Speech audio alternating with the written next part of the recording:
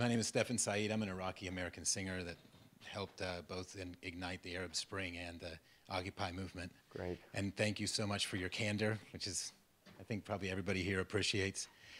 I have so many things that you've brought up have led me to want to ask you a question, and that's that I've been in conversations with folks that started the April 6th movement today on the phone, right? Folks in Athens, as well as many of the people I worked with to ignite Wall Street about, hey, releasing a big song coming up to unite people around a central theme. Very much so, hey, we can create or give to this generation something like the civil rights movement had, which is, hey, if we were going to boil this down to, is it an international movement for a more equitable global society, which all humanity has dreamt of forever but never achieved. But some vision is the question that is so high and lofty that it really can cross borders from conservatives to progressives and be undeniable, behind which we can really mobilize our nonviolence with dignity. And my question is, if you could, do you see that as being a possibility right now? Because we're discussing it, and if you could, what would that vision be? What would it look like to you? I think one of the most exciting things we can do, and it sounds like you're in a great place to help do it, is to bring together electronically, by video, by virtual, as well as in person, young leaders around the world who each in their own societies are fighting for the basic principles of freedom, justice, equality, which are age-old ideals, but which need to be renovated each generation.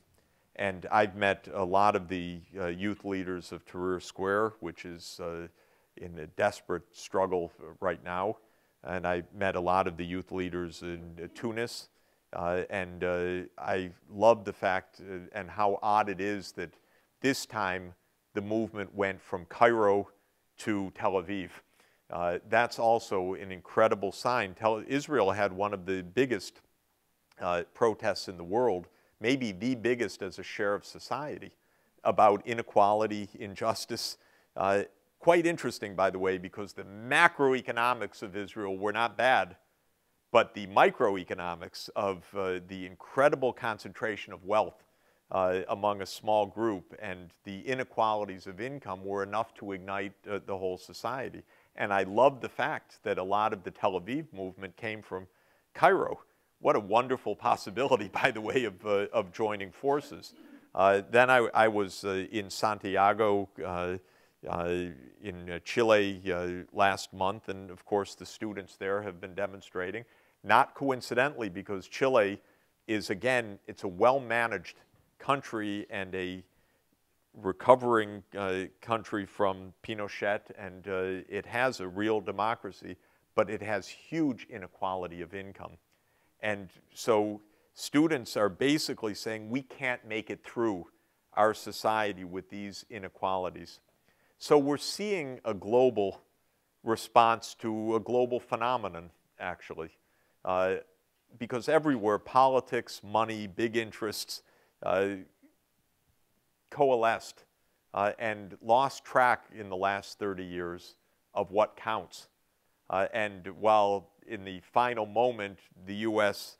told Mubarak he has to leave, the U.S. was the big supporter, of course, for 30 years beforehand. And we didn't much care about any of these issues until the final moment to then try to step in front of this. I mean, we being the U.S. government is what I mean to say. So I think that students everywhere really are onto something big and important.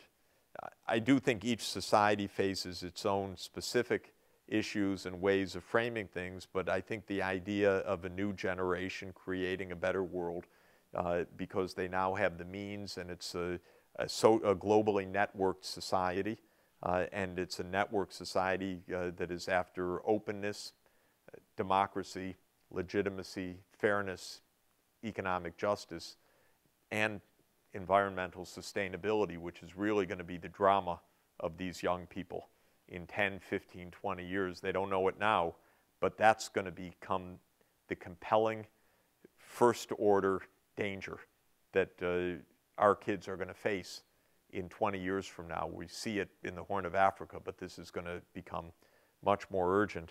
Making that global society, I think, is absolutely, absolutely crucial and extremely powerful. And that's why, again, I really believe in the social networks and that technology has made possible globalization in a lot of ways. Technology also gives us tools to bring globalization under democratic control again, because we really can create networks that are big and broad. I video conference with students in Tunis or in Cairo or elsewhere, just like that, because, you know, of course, you just Skype in the address and all of a sudden you're in a world environment.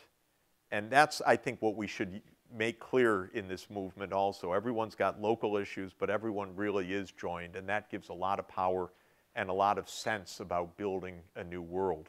And this, I'm proud that the last chapter of my book is called The Millennials, and it was well before Occupy Wall Street, but it was saying that young people really are going to be the agents of change.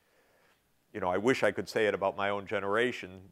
I'm on the tail end of the baby boomers, but this is the generation that got lazy, sloppy, forgot basic ethics, and you know, really essentially misbehaved in the end. And I think young people have the chance to revitalize all of that. And thank you for what you're doing.